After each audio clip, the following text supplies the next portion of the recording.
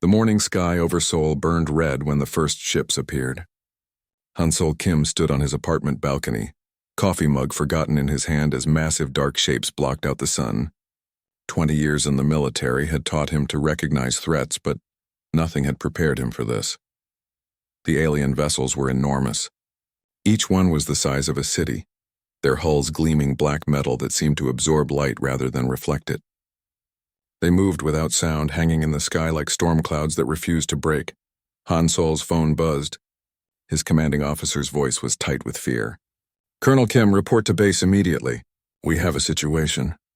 Across the city, Ji-Hai Park was in her laboratory when the power died. The astrophysicist looked up from her computer screen as emergency lighting flickered on. Through the window, she could see people pointing at the sky. When she stepped outside, her breath caught in her throat. The ships were everywhere. Not just over Seoul, but stretching to the horizon. She counted at least 50 before giving up. Her mind, trained to calculate orbital mechanics and stellar distances, tried to process what she was seeing. These weren't meteors or satellites. They were controlled. They were alive with purpose. Downtown in a small internet cafe, Woo Jin Lee's fingers stopped moving across his keyboard. Every screen in the cafe had gone black. The teenager looked around confused until someone outside started screaming. Through the window, he watched as people ran in panic, pointing upward. When he followed their gaze, his mouth fell open. At the city hospital, So Young Choi was checking on her patients when the lights went out. The backup generators should have kicked in immediately, but nothing happened. In the darkness, she heard her patients crying out in fear. She grabbed a flashlight and tried to calm them, but then she heard it, a sound that made her blood freeze. It was a voice, but not human. It spoke in perfect Korean, but the tone was wrong. Too deep, too mechanical. The voice seemed to come from everywhere at once, from the walls themselves. "People of Earth," the voice said, "you will not resist. You will not fight. You will surrender." Hansol reached the military base to find chaos. Soldiers ran in every direction. Radios crackled with panicked reports from around the world. The same ships had appeared over every major city on Earth. London, New York, Tokyo, Moscow. The pattern was identical everywhere. "Sir, what are your orders?" a young sergeant asked Hansol. Hansol looked at the radar screens. They showed nothing. Whatever technology these ships used, it was invisible to their detection systems. "Ready all missile batteries," he said.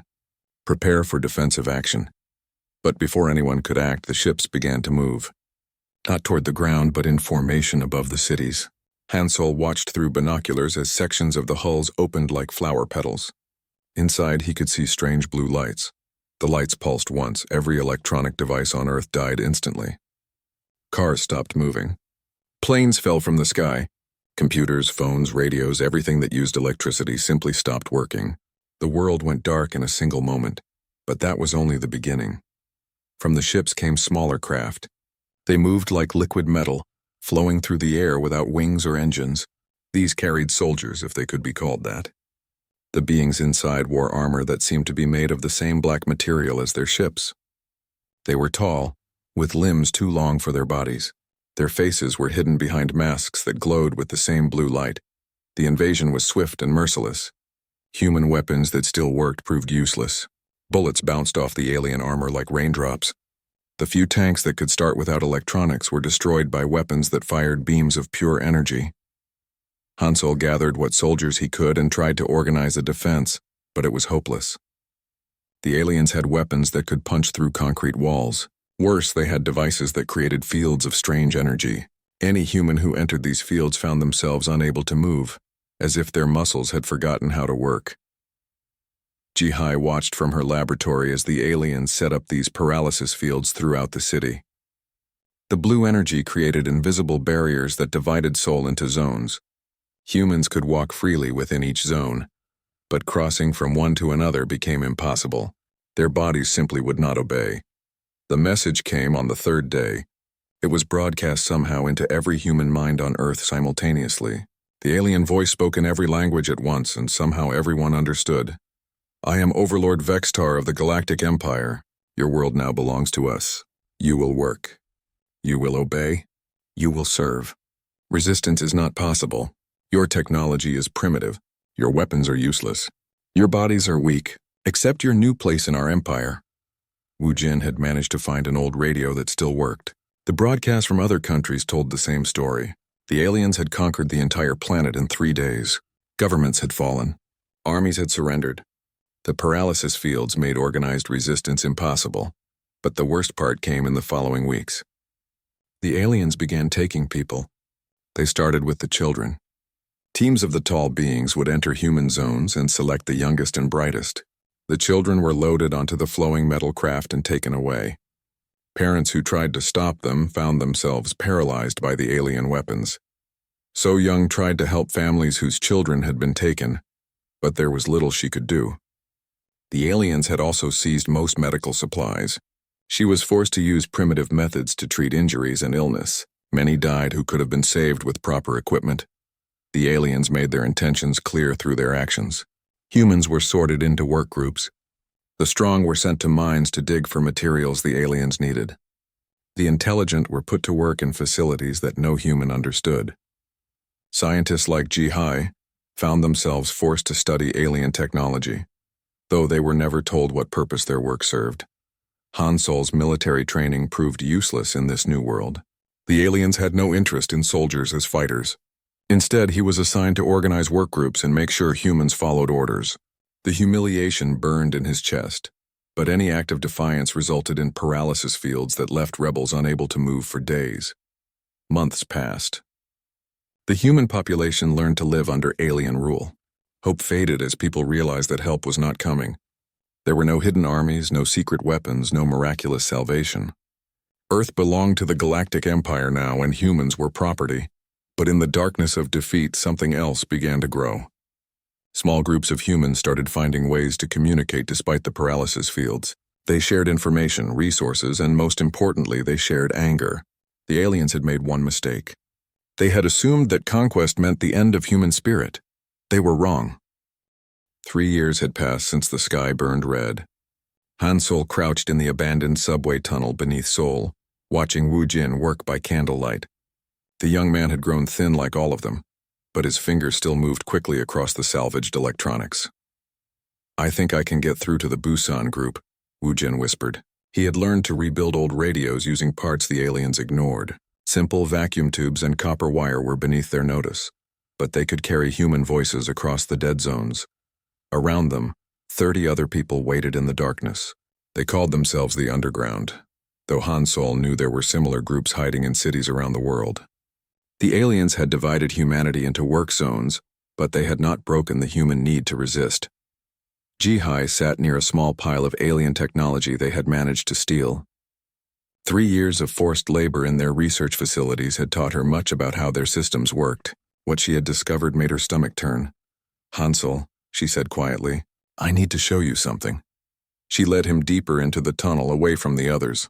In a small chamber lit by a single candle, she had assembled pieces of alien equipment into something that looked like a brain scanner. "I figured out what they're really doing with our people," she said. Her voice shook slightly. "The children they take, the scientists they force to work in their labs. It's not just about labor." She activated the device.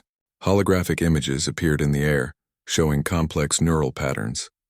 "These are human brain scans," she explained. "The aliens have been mapping how our minds work. They're not just studying us. They're harvesting our thoughts." Han Solo stared at the floating images. "What do you mean?" "They're using human neural patterns to build biological computers," HFY continued. "Our brains process information differently than theirs. We can see patterns they miss, solve problems in ways they can't. They need our thinking to make their technology work better." The implications hit Han Solo like a physical blow. Every human forced to work in alien facilities was being slowly drained of their mental capacity. The children taken from their families were being turned into living components for alien machines. "That's why they keep us alive," he realized. "We're not just workers. We're raw material." Over the following weeks, the Underground worked to spread this information to other resistance groups. Wu Jin's radio network carried the terrible news across the zones. The response was immediate and furious. Humans who had accepted their fate as laborers now understood they were being consumed piece by piece. Han Solo began planning more aggressive operations. They had been content to steal supplies and hide, but now they needed to act. The paralysis field generators became their primary targets. If they could disable enough of them, Humans might be able to move freely between zones again. So Young had become the group's medical officer by necessity. She treated injuries from dangerous missions and illnesses caused by poor living conditions, but she also noticed something the aliens seemed to have missed. Humans who had been exposed to paralysis fields multiple times were developing a tolerance to them. "Look at this," she told Han Sol, showing him her notes. "Jamin was hit with paralysis energy 6 times last month during the warehouse raid. Each time it took longer to affect him and wore off faster." Han Sol studied the data. "You think we're adapting? Maybe. Or maybe their technology isn't as perfect as they think."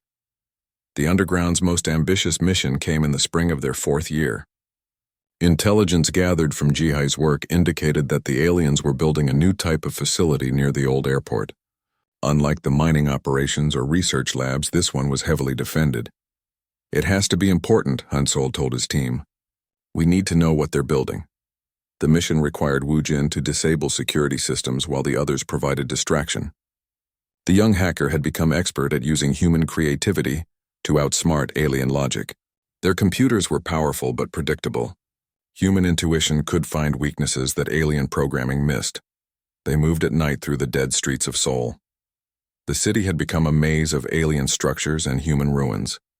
Paralysis field generators stood like metal trees, their blue glow marking the boundaries of human zones. Wu Jin reached the facility's outer defenses first. His homemade tools looked primitive compared to alien technology, but they worked. He had learned that human unpredictability was itself a weapon. The aliens had programmed their systems to expect logical attacks, not the chaotic creativity of human desperation. "I'm in," he whispered into his radio. "Beginning download now." Inside the facility, he found files that made his blood run cold.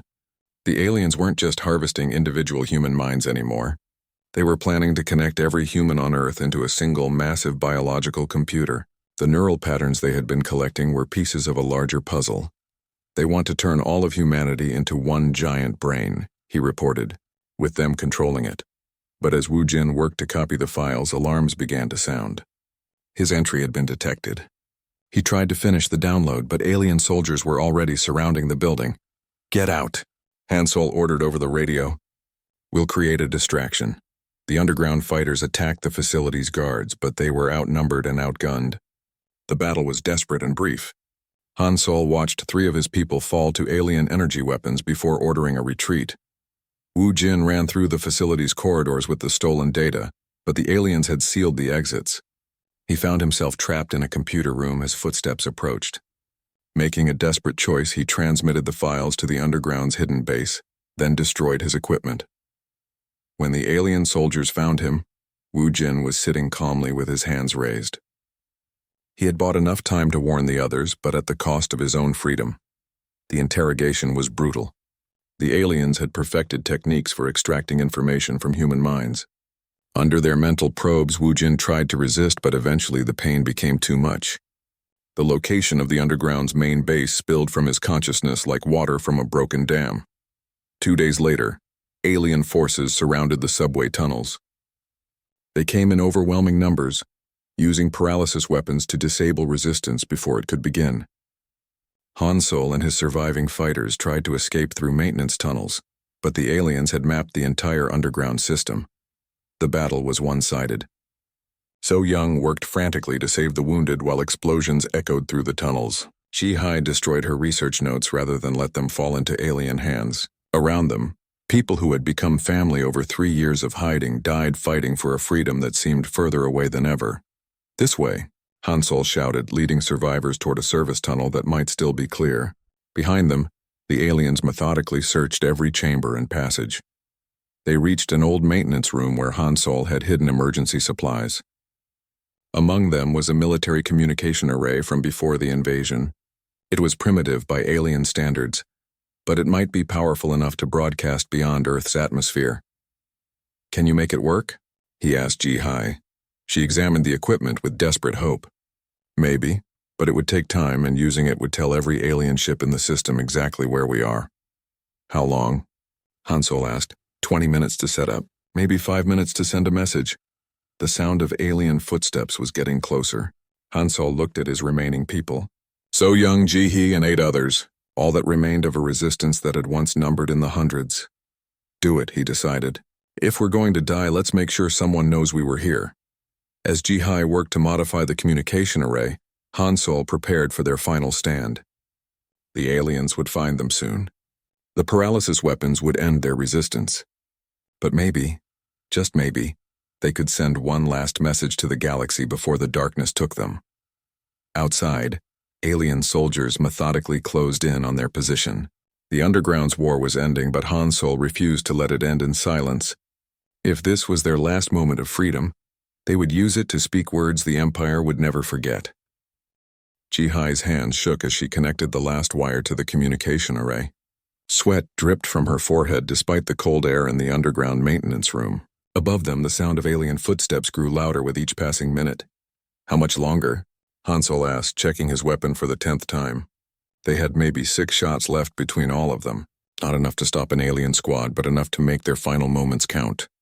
Almost ready, Jihai whispered. She had jury-rigged the old military transmitter using parts from alien devices. The combination shouldn't have worked, but human desperation had a way of making impossible things happen. I can boost the signal using their own power cells, but it will only work once. The feedback will burn out everything. So Young finished bandaging the last wounded fighter and moved to the room's entrance. Through the cracked concrete, she could see the blue glow of alien lights moving through the tunnels. They're close, she reported. Maybe 5 minutes. The communication array hummed to life.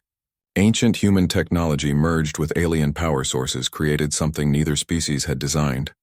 Jihai's modifications allowed the signal to punch through the atmosphere and reach deep space, but the energy requirements were enormous. It's ready, she announced. But Han Sol, you need to understand something. This message won't just reach other humans. Every alien ship, every Imperial command center, every species under their control will hear it. The entire galaxy will be listening. Han Sol nodded grimly. Around him, the last members of the Underground took defensive positions. These people had given up everything to fight.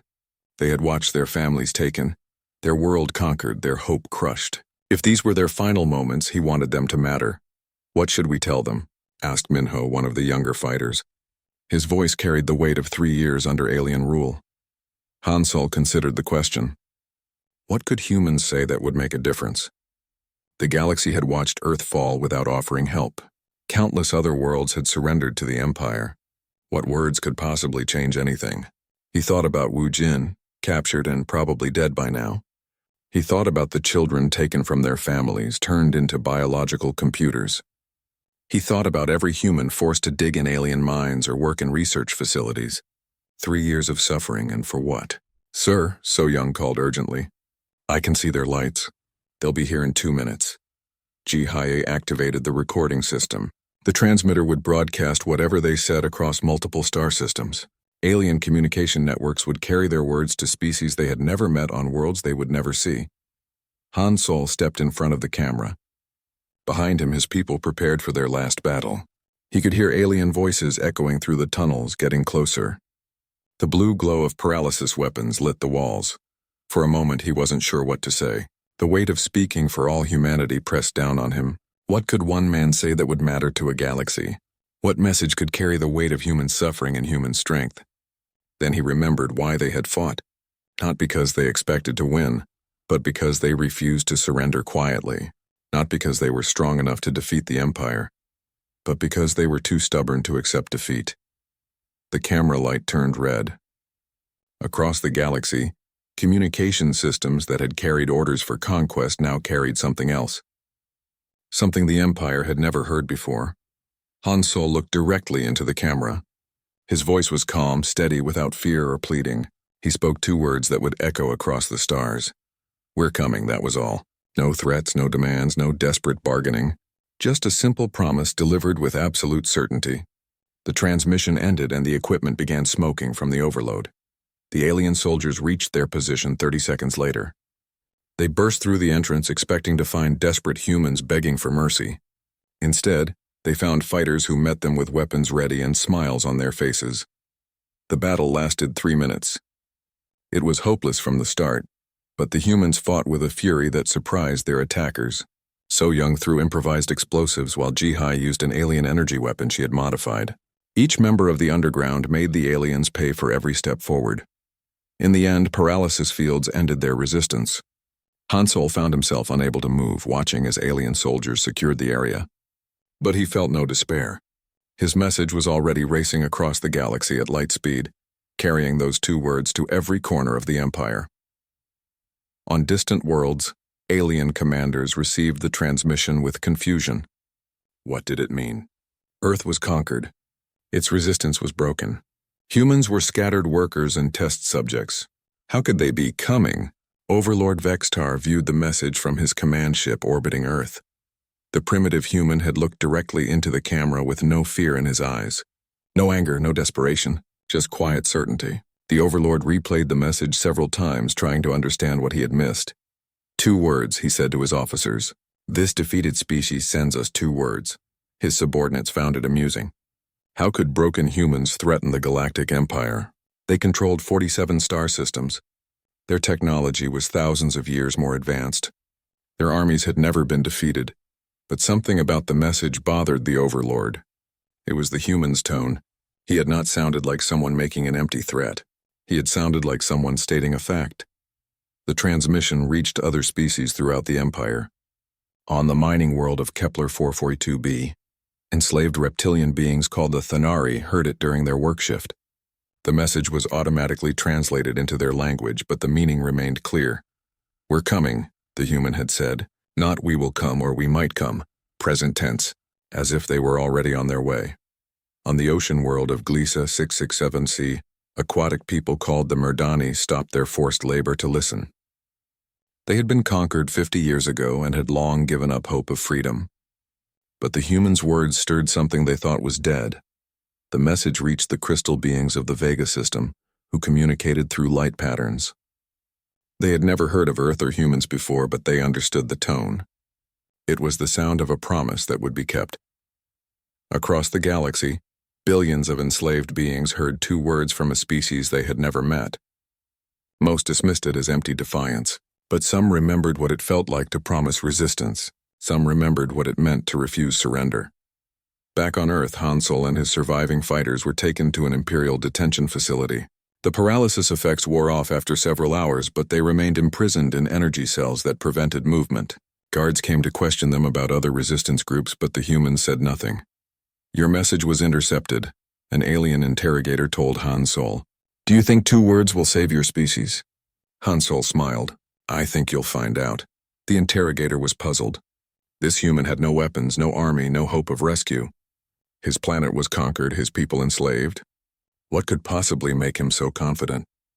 Your resistance is finished, the alien continued. We have captured your leaders, destroyed your bases, eliminated your communications. What makes you think anyone is coming? Hansel leaned back in his cell. Because we're human, and humans keep their promises. The alien left without understanding. But across the galaxy, something had changed. The message was spreading through underground networks that the Empire didn't know existed. Slave populations were whispering about the humans who had said, "We're coming," with such certainty.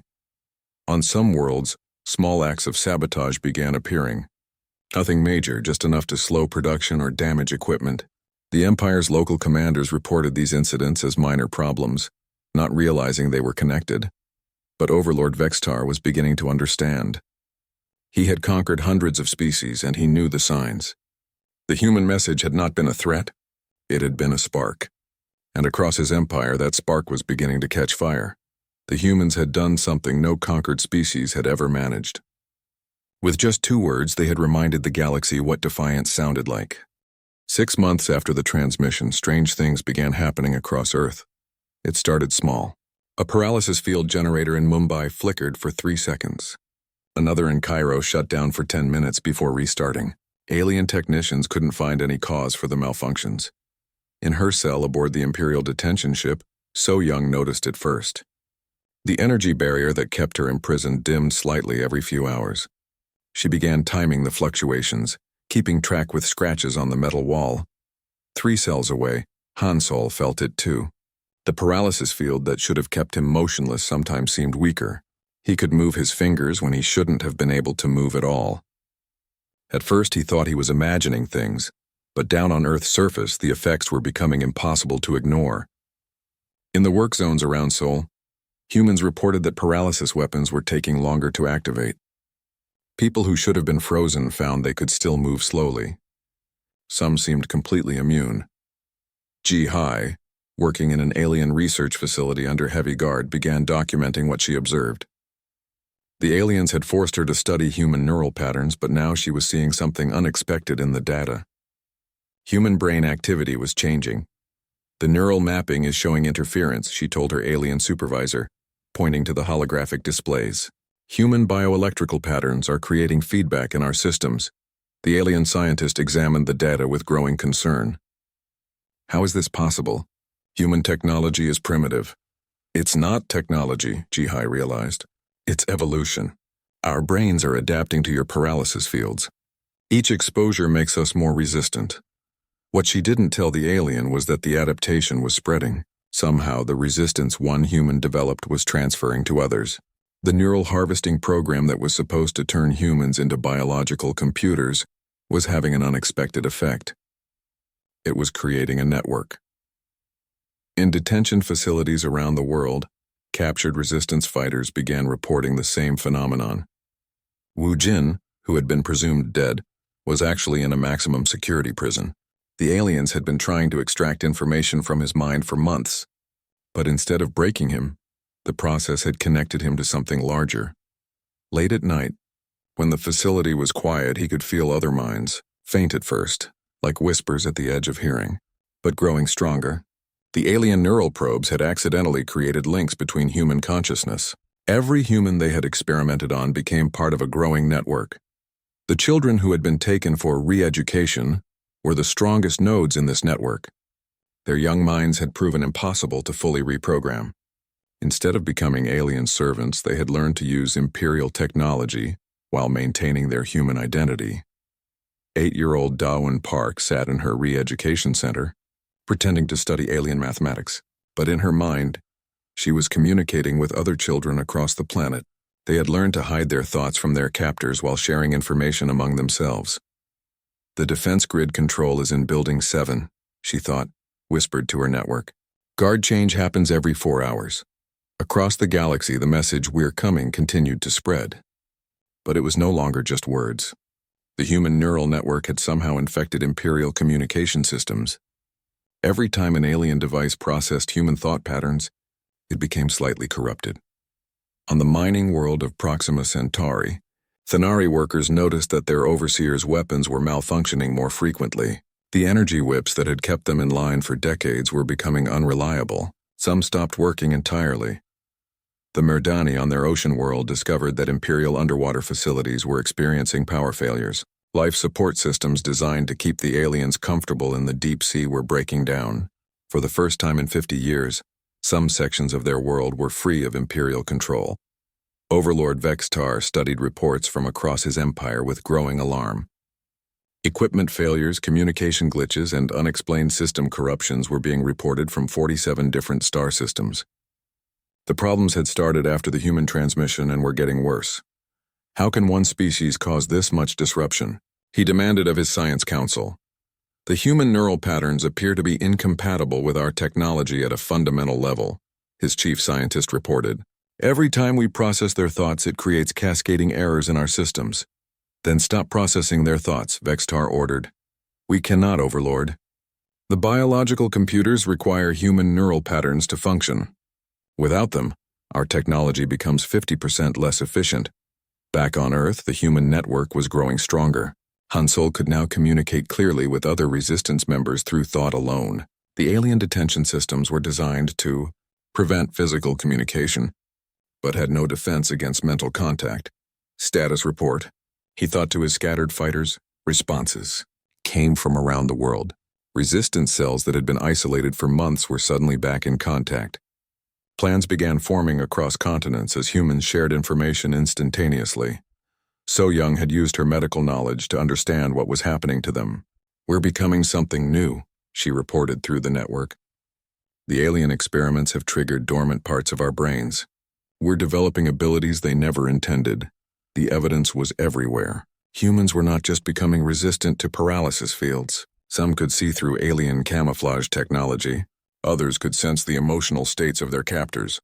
A few had learned to interfere with Imperial electronics just by concentrating. Wu Jin, now free of his physical restraints thanks to a helpful system malfunction, had become the network's primary coordinator. His mind processed information from thousands of humans simultaneously, creating a real-time intelligence network that spanned the planet. The alien command ship orbiting Earth has a weakness, he reported to the network. Their shield generators are controlled by biological computers that use human neural patterns. If we can overwhelm those patterns with our own thoughts, we can bring down their defenses. The plan that formed was ambitious beyond anything the Resistance had previously attempted. Every human on Earth would need to coordinate their efforts simultaneously. The network made this possible for the first time. Children in re-education centers would disable security systems. Workers in mines would sabotage power supplies. Prisoners in detention facilities would overload their containment fields. And resistance fighters would strike at key targets all at the same moment. When?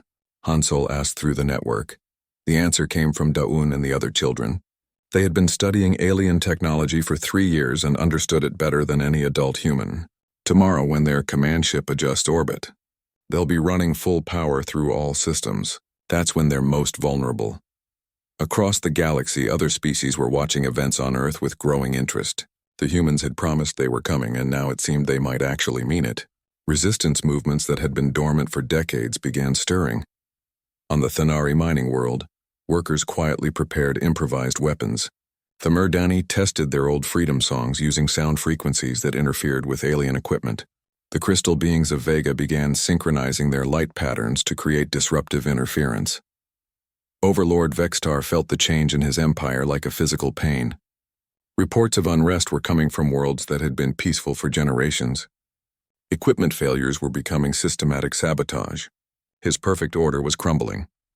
"Sir," his communications officer reported, "we're receiving identical messages from resistance groups across 17 different star systems." "What do they say?" "Just 2 words, sir. We're coming." Vextar realized with cold certainty that the humans had done more than send a message. They had sent a virus of hope that was infecting his entire empire. Species that had accepted defeat were remembering how to fight. The human promise was becoming a galactic revolution. Tomorrow would bring the test. Could a network of connected human minds really challenge the greatest empire in galactic history? Could the species that had been defeated in 3 days actually keep their promise? Hansel smiled in his cell as the plan solidified in his mind. The aliens had tried to break humanity by dividing them, but instead they had connected them. They had tried to harvest human thinking, but instead they had created something they couldn't control. The humans were coming, not as individual fighters, but as a single coordinated force spread across an entire planet, and they were bringing the galaxy with them. The attack began at exactly noon Earth time, when the Imperial command ship moved into position above the Pacific Ocean. Across the planet, 30 billion human minds focused on a single purpose. The network that had grown from alien experiments now turned its full power against its creators. In re-education centers around the world, children like Dayun Park closed their eyes and reached out with thoughts that had been trained and strengthened by 3 years of resistance. Security systems that had never failed suddenly went dark. Doors that had kept families apart for years swung open. Hansel felt the moment through the network as clearly as if he had been standing in those facilities. From his cell aboard the detention ship, he watched as energy barriers throughout the vessel began flickering. Guards rushed to control stations, trying to understand why their technology was failing. "Now," he whispered through the mental link to fighters across Earth. Wu Jin, free from his maximum security prison, thanks to a system malfunction he had carefully orchestrated, made his way to the facility's communication center. His fingers flew across alien controls that he now understood better than their creators. The human network had taught him things about Imperial technology that even their engineers didn't know. "Broadcasting on all frequencies," he reported through the network. "Every Imperial ship in the system will hear this." What followed was not a message of surrender or negotiation. It was a coordinated strike against every piece of alien technology on Earth. Mining equipment shut down as human workers overloaded the control systems with their enhanced bioelectrical fields. Research facilities went dark as scientists like Ji Hai used their forced knowledge of alien systems to create cascading failures. The paralysis field generators that had divided Earth into prison zones began exploding in sequence. Each detonation sent blue energy crackling across the sky like lightning. For the first time in 3 years, humans could move freely across their own planet. Overlord Vextar watched from his command ship as his perfect order collapsed in real time. "How is this possible?" he demanded. "They have no weapons, no military technology." "Sir," his science officer reported with fear in his voice. "Their brains are interfacing directly with our systems. Every biological computer on the ship is being overridden by human neural patterns." The command ship's shields began fluctuating as thousands of human minds focused their enhanced abilities on the vessel's defenses. The alien technology that had seemed so advanced was built on a foundation of harvested human thought. Now those thoughts were turning against their captors. So Young coordinated medical teams across the planet through the network, directing emergency care to humans injured during their liberation. But she also served another purpose. Her enhanced empathic abilities allowed her to sense the emotional state of every alien on Earth. She could feel their growing panic as their empire crumbled around them. "They're afraid," she reported to the network. For the first time, they're truly afraid. On the Thanari mining world, the liberation had already begun.